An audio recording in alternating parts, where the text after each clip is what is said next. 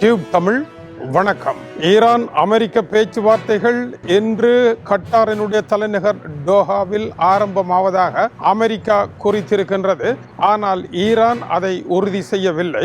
அதேவேளை ஈரான் மிகப்பெரிய ராஜதந்திர சவால் ஆட்டத்தை, ஆபத்தான ஆட்டத்தை ஆட ஆரம்பித்து இருப்பதாக இன்றைய காலை உலக செய்திகள் தெரிவிக்கின்றன. முதலாவது, ஈரானினுடைய ஆட்டம் இப்பொழுது அமெரிக்கா முன்னெடுத்திருக்கின்ற பேச்சுவார்த்தைக்கான 60 நாட்களை கொண்ட அமைதி திட்டம் குலைந்து அது செயற்படுத்த முடியாமல் போனாலும், அதை இழந்து போக நேர்ந்தாலும் அது பற்றி எந்த கவலையும் இல்லை என்ற நிலைக்கு ஈரான் வந்திருக்கின்றது. இந்த 60 தினங்கள் ஒப்பந்தம் என்பது ஈரானினுடைய கட்டுப்பாட்டில் இருக்கின்ற கோர்முஸ் நீரிணையை உலக நாடுகளுக்கு விட்டு கொடுப்பதாக அமையாது என்பது ஈரானினுடைய நிலைப்பாடாகும். எனவே முக்கியமானது கோர்முஸ் நீரிணை தான்.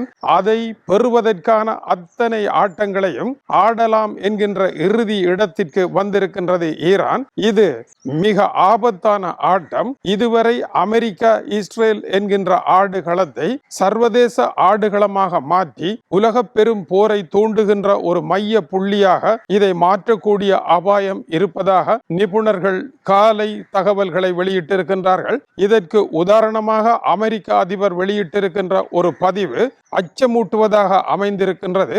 அது மிரட்டல் போல தெரியவில்லை. ஈரானுடன் தொடர்ந்து பேசி தாங்கள் களைப்படைந்து இருப்பதாகவும், இந்த ஒப்பந்தத்தை கைவிட்டு சக்தி மிக்க தம்முடைய இராணுவத்தினுடைய முழு பலத்தையும் பயன்படுத்தி ஈரான் மீது தாக்குதலை நடத்த வேண்டிய சூழ்நிலை வரும். அப்படி ஒரு சூழ்நிலை வருமாக இருந்தால் ஈரானினுடைய இன்றைய மத ரீதியான அரசு அடியோடு மேசையிலிருந்து துடைத்து வீசப்படும் என்றும், அதில் இருகருத்திற்கு இடமில்லை என்றும் டொனால்ட் ட்ரம்ப் கூறியிருக்கின்றார். எனவே இரண்டு தரப்பிற்கும் இடையே இட்டுமுட்டான ஒரு சூழ்நிலை ஏற்பட்டிருக்கின்றது. இதற்கு பதிலாக ஈரானினுடைய அதிபர் மசூத் பெசஸ்கியானுடைய பதில், அமெரிக்கா எந்த விதமான மிரட்டல்களையும் ஈரானுக்கு விட முடியாது, ஈரான் அதை ஏற்றுக்கொள்ளாது. நியாயபூர்வமாக அமெரிக்கா நடக்குமாக இருந்தால் நாங்களும் நியாயபூர்வமாக நடப்போம், இல்லையேல் இதில் எதுவும் செய்ய முடியாது என்று அவர் குறிப்பிட்டிருக்கின்றார். ஈரானை பொறுத்த வரையில் கோர்முஸ் நீரிணை என்பதில் பங்காளிகள் கிடையாது என்று கூறுகின்றது. இதற்கான அடிப்படை காரணம், கோர்முஸ் நீரிணை தொடர்பாக இன்னொரு ஆபத்தான புயல் உருவாகி இருக்கின்றது. அது பிரான்சினுடைய தலைநகர் பாரிஸில் ஊற்றெடுத்திருக்கின்றது. நேற்று இரவு ஓமானினுடைய அதிபரும் அதேவேளை பிரான்சிய அதிபர் எமானுவேல் மேக்ராங்கும் இணைந்து பேசியதன் பின்னர் கூட்டறிக்கை ஒன்றை வெளியிட்டிருக்கின்றார்கள். கோர்முஸ் நீரிணை என்பது உலக வர்த்தக கப்பல்கள் செல்ல வேண்டிய ஓர் அமைதியான பூங்கா நிறைந்த வழியாக இருக்க வேண்டும். அதற்குள் தேவையற்று கண்ணிவெடிகளை புதைத்திருக்கின்றார்கள். எனவே அவற்றை அகற்றுவதற்கு பிரான்ஸ் முன்னணியில் ஈடுபடும் என்றும், ஓமான் நாட்டுடன் இணைந்து அதை செயற்படுத்தும் என்றும் பிரான்சிய அதிபர் அறிவித்திருக்கின்றார். ஈரான் இதை கடுமையாக எதிர்த்திருக்கின்றது. முதலாவது, கோர்முஸ் நீரிணையில் இருக்கின்ற கண்ணிவெடிகளை அகற்றுவதற்கு ஈரான் துருக்கியில் வைத்து பேசிய பேச்சுக்கள், அதை அகற்றுவதற்கான உரிமை ஈரானிடமே இருக்கின்றது என்று ஒப்புக்கொள்ளப்பட்டிருக்கின்றது. அமெரிக்க அதிபர் டொனால்ட் ட்ரம்ப் இந்த கண்ணிவெடிகளை எங்கே விதைத்தார்கள் என்பது ஈரானியர்களுக்கே தெரியும், அவர்களே இதை மீட்டெடுக்க வேண்டும் என்றும் குறிப்பிட்டிருந்தார். எனவே அதைத்தான் நாங்கள் செய்ய போகின்றோமே அல்லாமல் அதற்குள் பிரான்ஸ் வர வேண்டிய தேவை இல்லை. கோர்முஸ் நீரிணையில் கண்ணிவெடிகளை அகற்றும் உரிமையும் கோர்முஸ் நீரிணைக்கான ஆதிக்க உரிமையும் ஈரானிடம்தான் இருக்கின்றது. அதற்குள் தலையிட்டு வீணான குழப்பங்களை ஏற்படுத்த வேண்டாம் என்று ஈரான் அறிவித்திருக்கின்றது.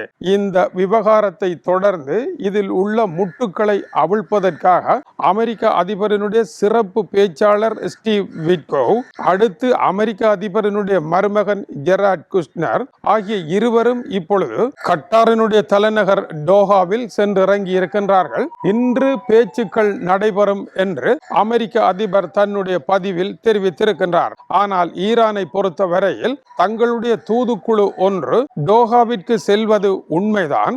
ஆனால் அவர்கள் என்ன பேசப் போகின்றார்கள் என்பது அமெரிக்கா கூறுவதை போல் அல்ல.